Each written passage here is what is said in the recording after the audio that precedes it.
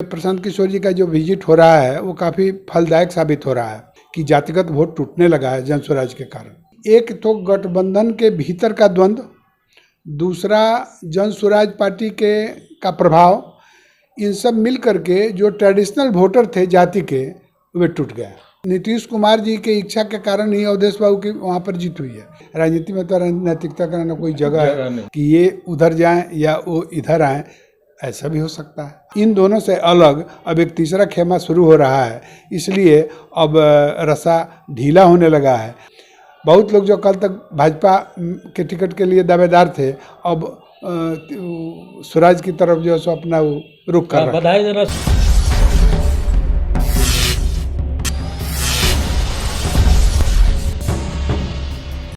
नमस्कार, मैं हूं राकेश कुमार। मत अभिमत पर आपका स्वागत है। अभी विधान परिषद को लेकर 5 चुनाव हुआ। उस चुनाव में महागठबंधन जीता, बीजेपी जीता। किसको लाभ हुआ, किसको हानि हुआ, ये प्रश्न बहुत मुफीद नहीं लगता है, इसलिए कि लगभग दोनों ही पार्टियां बराबर की रही हैं। लेकिन इसमें राजद को शिकस्त खाना पड़ा, वो कैसे, उस पर भी आएंगे।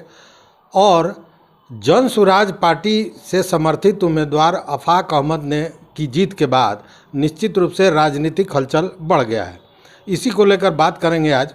और हमारे साथ हैं राजनीतिक विश्लेषक और वरिष्ठ पत्रकार चंद्रभूषण पांडे जी। सर, आपका स्वागत है। धन्यवाद। और साथ में प्रश्न ये कि जो जन स्वराज ने भूचाल ला दिया है राजनीति में बिहार के, उसको आप कैसे देखते हैं और इसका क्या असर होने जा रहा है? बिहार में जो 2-3 महीने पहले जो बाईपॉल हुआ था वो, और उसके बाद विधान परिषद के 5 क्षेत्रों में चुनाव हुआ है, इस दोनों के परिणाम को आप देखेंगे तो आपको यह लगेगा कि बिहार के महागठबंधन है, जो 6-7 पार्टियों का एक समूह है, यह इसके परिणाम से ये कभी संतोष इनको नहीं हो पा रहा है। यानी जो अपेक्षित जो चुनाव रिजल्ट होने चाहिए वो इनके पक्ष में नहीं है। लेकिन इससे स्थिति बहुत स्पष्ट हो नहीं पा रही है। जितने भी परिणाम आए हैं उसके पक्ष विपक्ष में बहुत सारे तर्क लोग देख करके अपने को संतुष्ट कर रहे हैं, लेकिन राजनीतिक बयार जो है उसने अपना रुख बदल लिया है। जैसे कि कहा जाता है और इतिहास इसका गवाह है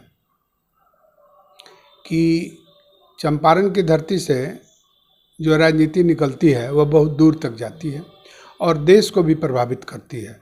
1974 का आंदोलन इसका बहुत बड़ा उपमा है, उदाहरण है। तो ये जो राजनीति में नया प्रयोग हो रहा है, ये प्रशांत किशोर जी जन स्वराज एक मूवमेंट चला रहे हैं, आंदोलन चला रहे हैं। यानी जनता से रूबरू होकर के, गांव गंवई टोले में घूम करके, आम लोगों से मिल करके उनको सचेत कर रहे हैं कि आप अपने बारे में सोचिए, अपने बच्चों के बारे में सोचिए, अपने भविष्य के बारे में सोचिए, और जाति, धर्म, क्षेत्रवाद, इन सब चीज़ों पर आप भरोसा नहीं कीजिए। अपने विकास के बारे में जब तक आप नहीं सोचेंगे तब तक आपका विकास नहीं होगा। और जिस राजनेता ने आपको धोखा दे रहे हैं, दे चुके हैं और बार बार धोखा देते हैं, उनको आप वोट ना दीजिए। आप वैसे आदमी को अपना मत दीजिए जिससे आपको उम्मीद है कि हाँ, ये आदमी कुछ नया करेगा। तो इसी का परिणाम है कि इस विधान परिषद चुनाव में जो सारण में हम लोगों ने देखा है, गांव-गांव में कैसे इसके मतदाता ने अपना वोट किया है। और इलेक्शन कैंपेन कहीं बहुत ज़ोर से चल रहा हो, ऐसा भी कहीं देखने में कहीं नहीं दिखा है कि गाड़ी पर चढ़ कर के लोग अपना कैंपेन कर रहे हैं। बड़े 10 आदमी 5 आदमी मिल कर के वो कहीं जा रहे हैं, किसी को कुछ समझा रहे हैं, किसी दल के खिलाफ में समझा रहे हैं, अपने पक्ष में समझा रहे, ऐसा कुछ नहीं है। लेकिन जो जातिगत गिरोह है और जिस जाति के नाम पर पार्टियां चलती हैं बिहार में, उसके जो वोटर्स हैं, जो एक समूह में होते हैं और उनकी पहचान अलग से ही की जाती है, यह भ्रम लोगों का टूट गया है।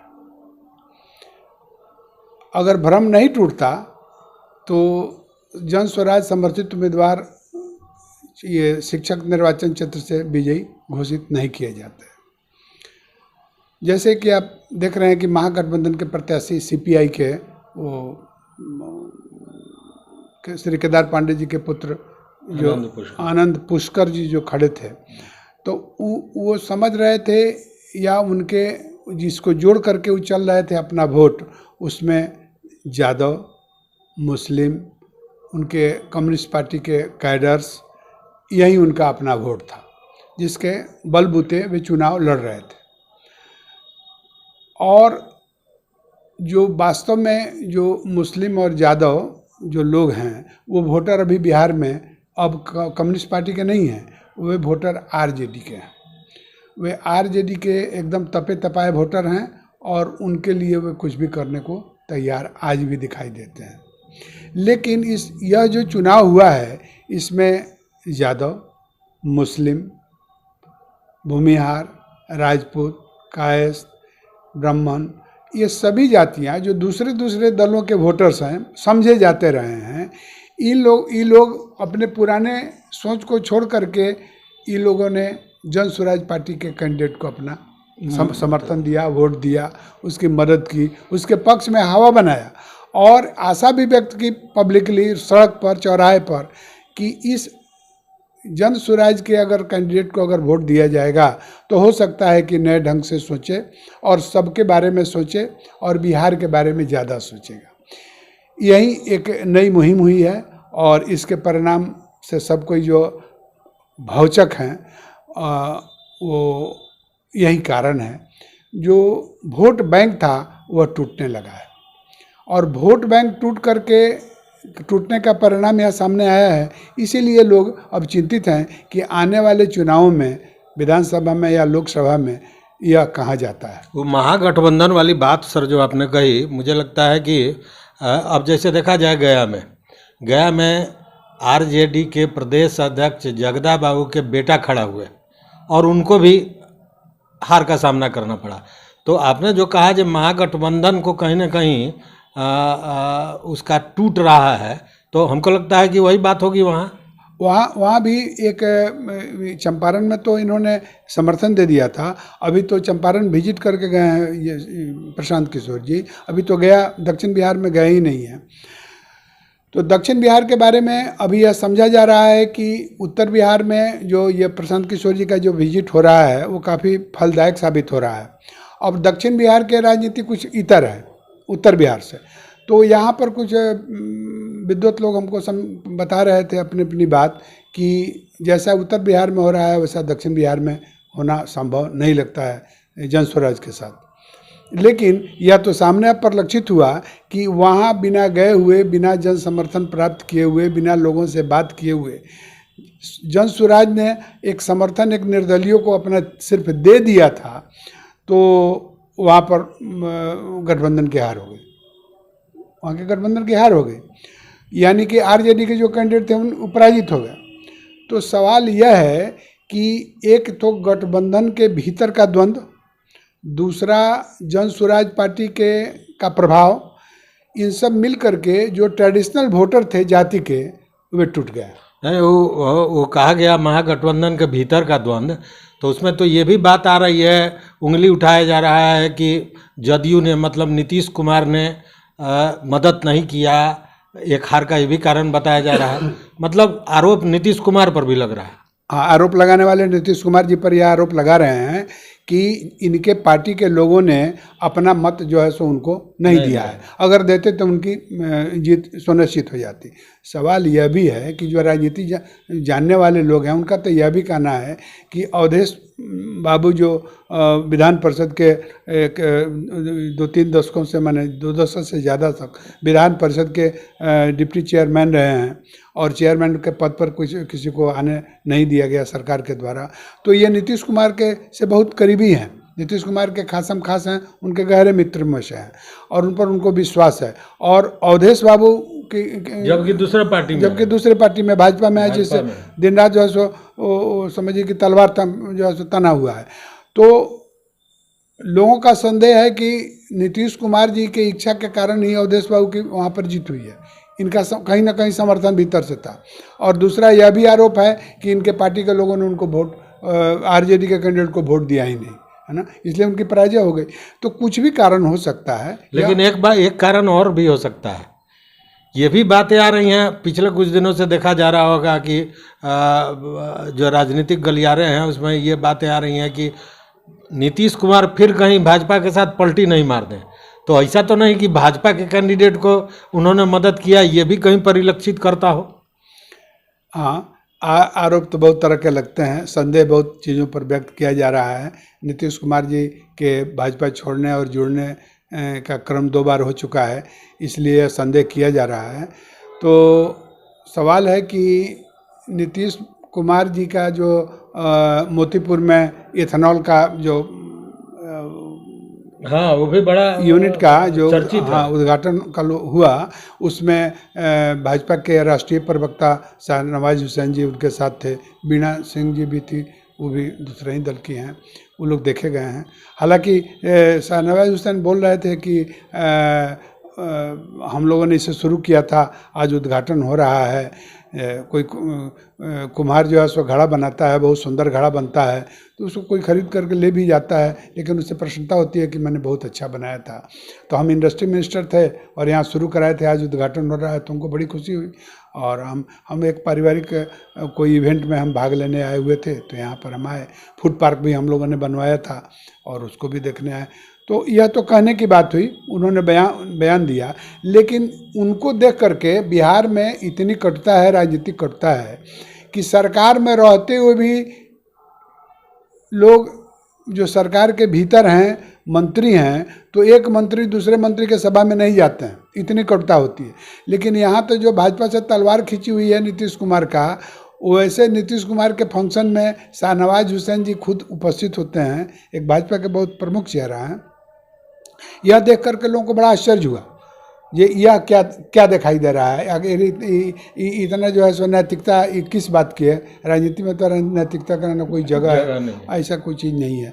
लेकिन तो लोग संदेह कर रहे हैं, या तो नीतीश कुमार जी फिर भाजपा की तरफ खींच रहे हैं। एक बात और आ रही है सर, एक बात ये आ रही है कि भाजपा जो 24 में चुनाव होने जा रहा है, उसमें अपने पुराने बहुत लोगों का टिकट काटने जा रही है। ये भी हवा में बातें हैं, इसका कोई तथ्य मैंने प्रमाणित तो नहीं है, लेकिन आ रही हैं ऐसी बातें। लोग नाम गिना रहे हैं। तो ऐसा तो नहीं कि उस लाइन कटने वाले, नाम कटने वाले में शाहनवाज हुसैन भी हों और उनको लगा हो कि मुस्लिम का मददगार रहे हैं हमेशा नीतीश कुमार, तो क्यों नहीं उनसे थोड़ा नज़दीकी बढ़ाया जाए। इस बात से तो हम इनकार नहीं कर सकते हैं। संभावना ऐसी भी हो सकती है, ऐसा हो सकता है कि ये उधर जाएं या वो इधर आएं, ऐसा भी हो सकता है। आने वाले समय में ये पता चलेगा जो वास्तविकता क्या थी। लेकिन एक बात तो मानता है ना सर कि अभी जो चुनाव हुआ, जनसुराज की जीत हुई, इसके बाद से पार्टियों में अदला बदली का जो सोच चल रहा था, उसमें तेजी आई है। हाँ, तेजी आई है राजनीति में, वो एक बहुत ज़्यादा तेजी आ गई है। और जो लोग धीरे धीरे चल रहे थे वो अब दौड़ने लगे हैं, और भगदड़ भी मचनी अब शुरू होगी। और अब तीसरा विंडो जो खुल गया है जनसुराज का, तो हमको लगता है कि प्रशांत किशोर जी के पार्टी के गठन के पूर्व भी जो है सो एक बहुत बड़ा तबका आकर के चुनाव लड़ने के लिए तैयार हो जाए। और यह मंच उन लोगों के लिए बहुत सूटेबल दिखाई दे रहा है, क्योंकि इसमें चुनाव लड़ने में पैसा भी नहीं खर्च हो रहा है, चुनाव लड़ने के तरीके भी अलग हैं, और जिस व्याकरण से चुनाव लड़ाया करते थे प्रशांत किशोर जी स्ट्रेटेजिस्ट थे, उसका लाभ भी उनको मिलेगा। तो ये दोनों पुराने जो संगठन हैं, भाजपा है या ये यूपीए है, चाहे ये एनडीए है, चाहे यूपीए है, महागठबंधन है, इन दोनों से अलग अब एक तीसरा खेमा शुरू हो रहा है। इसलिए अब रस्सा ढीला होने लगा है, और इसमें से तीनों में से खेमे में से म्यूजिकल चेयर की तरह हर आदमी दौड़ना शुरू किया है, यहाँ नहीं तो वहाँ, वहाँ नहीं तो वहाँ, ऐसी ही बातें हो रही हैं। बहुत लोग जो कल तक भाजपा के टिकट के लिए दावेदार थे, अब स्वराज की तरफ जो है सो अपना रुख कर रहे हैं, बधाई देना शुरू किया और दिल खोल करके बधाई दे रहे हैं। तो इससे लगता है कि उनका इंटरेस्ट उधर बढ़ रहा है और उसमें भविष्य अपना लोग देख रहे हैं। चंपारण में भी बहुत सारे नेता लोग हैं जो भाजपा में आस लगाए हुए थे, बहुत दिन से टिकट के लिए उनको टिकट नहीं दिया जा रहा है। तो वैसे लोगों को पार्टी पूछना शुरू कर दी है, इसलिए कि तीसरा दरवाज़ा खुलने के कारण अब वो लोग जाने में देर नहीं करने वाले हैं। और आरजेडी में भी अब बहुत ज़्यादा वैसे हैं जिनको लटकाए हुए, आरजेडी लटकाए हुए बहुत दिन से है और दूसरे को टिकट दे रही है, तो वे लोग भी उधर रुख अपना करना शुरू किए हैं। यही कारण है कि बहुत सारे यादव वोट भी जो है स्वराज को मिले, और यह बात सच है। हाँ, एक मेरे मित्र जो विधायक हैं वो हमको बता रहे थे कि हमारे दल के हमारे जो वोटर हैं भाजपा यादव लोग, इन लोगों ने जन स्वराज को अच्छा वोट दे दिया है। और जब उनसे पूछे कि आपको अपने संगठन के जो प्रत्याशी हैं उनको वोट देना चाहिए, तो उन्होंने कहा कि नहीं, अब लोग का विचार है कि उसको वोट दिया जाए, क्योंकि ये लोग जो है सो शिक्षकों के समस्याओं के बारे में ये लोग 50-60 साल से बैठे हुए हैं और शिक्षकों की स्थिति को इन लोगों ने बदतर कर दिया है। तो अब नए लोगों में हम लोग तलाश कर रहे हैं। तो ऐसी बात है कि जातिगत वोट टूटने लगा है जन स्वराज के कारण, और उनकी बड़ी उपलब्धि है ये। तो कहने का मतलब है कि जो बिहार की राजनीति दो ध्रुव पे चल रही थी, अब तीसरा ध्रुव भी आ गया है। लोगों के पास चयन करने का ऑप्शन बढ़ गया है। वैसी स्थिति में भगदड़ भी होना है, और इस चुनाव ने यह भी जाहिर कर दिया, जग जाहिर कर दिया कि